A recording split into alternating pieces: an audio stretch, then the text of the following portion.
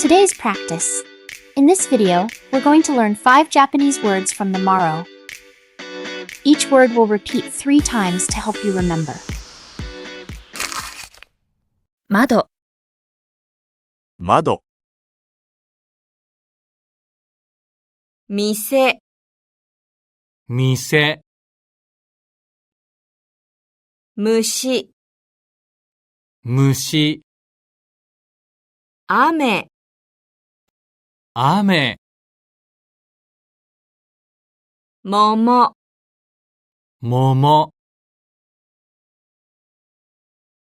窓、窓、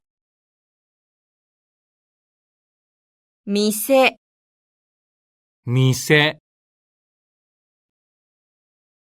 虫、虫、雨、雨、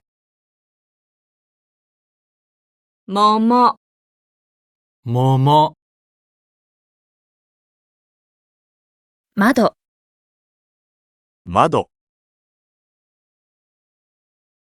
mise, 店、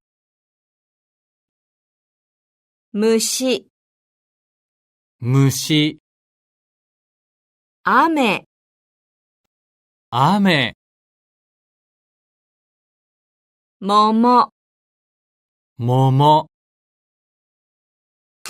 Great job! You just learned 5 new words from the Maro. Next time, it's the Yarrow of Hiragana. Coming soon.